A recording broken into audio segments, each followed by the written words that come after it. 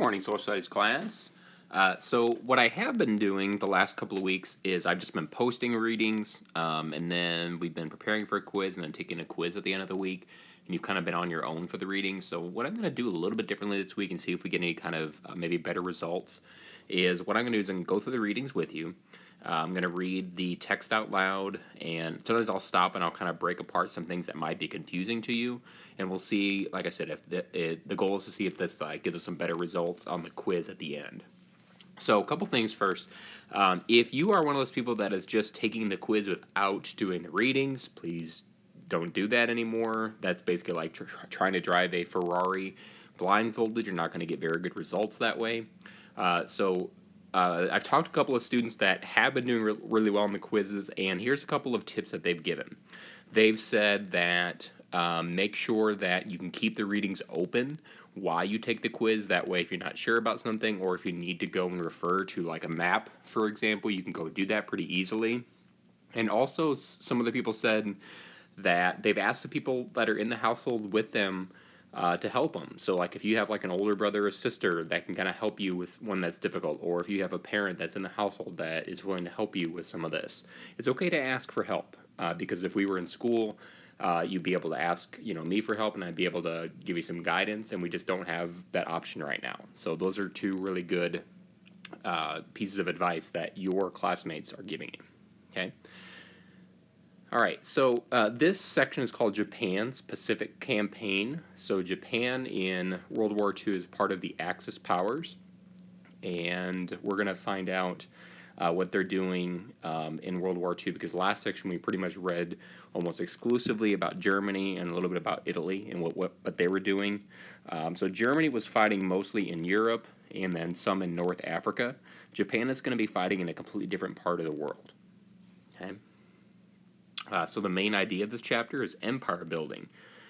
Japan attacked Pearl Harbor in Hawaii and brought the United States into World War II. Why it matters now? World War II established the United States as a leading player in international affairs. Here are some terms and names. Isoroku, Yamamoto, Pearl Harbor, Battle of Midway, Douglas MacArthur, and Battle of Guadalcanal. Setting the stage. Like Hitler, Japan's military leaders also had dreams of empire. Japan's expansion had begun in 1931. That year, Japanese troops took over Manchuria and northeastern China. 6 years later, Japanese armies swept into the heartland of China. They expected quick victory.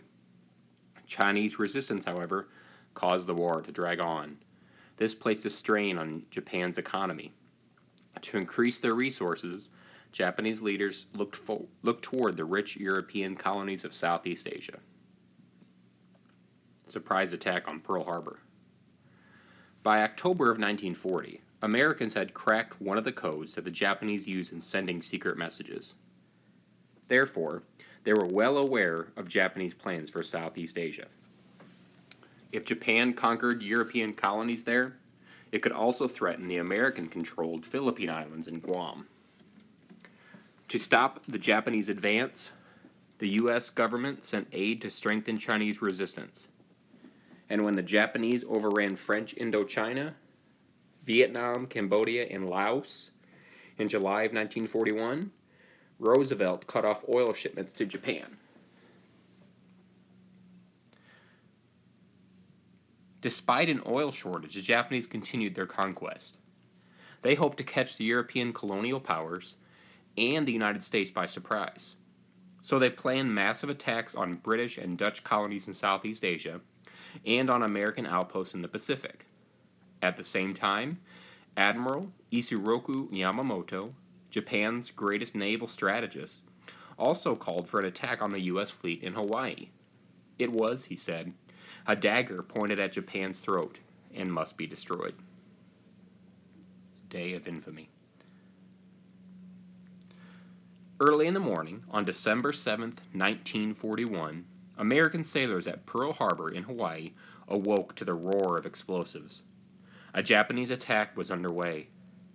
U.S. military leaders had known from a coded Japanese message that an attack might come. but they did not know when or where it would occur. Within 2 hours, the Japanese had sunk or damaged 19 ships, including 8 battleships moored in Pearl Harbor. More than 2,300 Americans were killed, with over 1,100 wounded. News of the attack stunned the American people. The next day, President Roosevelt addressed Congress, December 7, 1941. He declared was, quote, a date which will live in infamy. Congress quickly accepted his request for a declaration of war on Japan and its allies.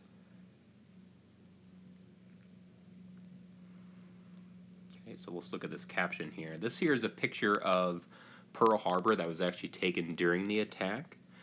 So the caption here says the USS West Virginia is engulfed by flames after taking a direct hit during the Japanese attack on Pearl Harbor. Almost at the same time of the Pearl Harbor attack, the Japanese launched bombing raids on the British colony of Hong Kong and American-controlled Guam and Wake Island. They also landed an invasion force in Thailand. The Japanese drive for a Pacific Empire was underway. Japanese victory. Lightly defended, Guam and Wake Island quickly fell to Japanese forces. The Japanese then turned their attention to the Philippines. In January of 1942, they marched into the Philippine capital of Manila. American and Filipino forces took up a defensive position on the Bataan Peninsula on the northwest edge of Manila Bay. At the same time, the Philippine government moved to the island of Corregidor, just to the south of Bataan. After about 3 months of tough fighting, the Japanese took the Bataan Peninsula in April. Corregidor fell the following month. The Japanese also continued their strikes against British possessions in Asia. After seizing Hong Kong, they invaded Malaya from the sea and overland from Thailand. By February of 1942, the Japanese had reached Singapore, strategically located at the southern tip of the Malay Peninsula. After a fierce pounding, the colony surrendered. Within a month, the Japanese had conquered the resource-rich Dutch East Indies, now Indonesia, including the islands of Java, Sumatra, Borneo, and Celebes. The Japanese also moved westward, taking Burma. From there, they planned to launch a strike against India, the largest of Great Britain's colonies. By the time Burma fell, Japan had taken control of more than 1 million square miles of Asian land. About 150 million people lived in this vast area. Before these conquests, the Japanese had tried to win the support of Asians with the anti-colonialist idea of East Asia for the Asiatics. After victory, however, the Japanese quickly made it clear that they had come as conquerors. They often treated the people of their new colonies with extreme cruelty. However, the Japanese reserved the most brutal treatment for Allied prisoners of war.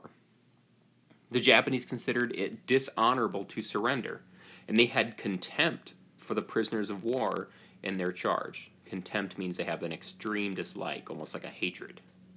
On the Bataan Death March, a forced march of more than 50 miles up the peninsula, the Japanese subjected their captives to terrible cruelties. One Allied prisoner of war reported. So this, guys, is going to be a primary source. This is a real report from a diary from one of the Allied prisoners in this Bataan prison camp. So I'm reading that primary source box now. I was questioned by a Japanese officer who found out that I had been in a Philippine scout battalion. The Japanese hated the scouts. Anyway, they took me outside, and I was forced to watch as they buried 6 of my scouts alive. They made the men dig their own graves, and they had them kneel down in a pit. The guards hit them over the head with shovels to stun them and piled earth on top. Lieutenant John Spainhour, quoted in War Diary from 1939 to 1945. Of the approximately 70,000 prisoners who started the Bataan Death March, only 54,000 survived. Okay, we're going to stop here, And the next time we pick it up, we're going to do a deep dive into a map. That's going to be on the next page. We'll see you on Tuesday.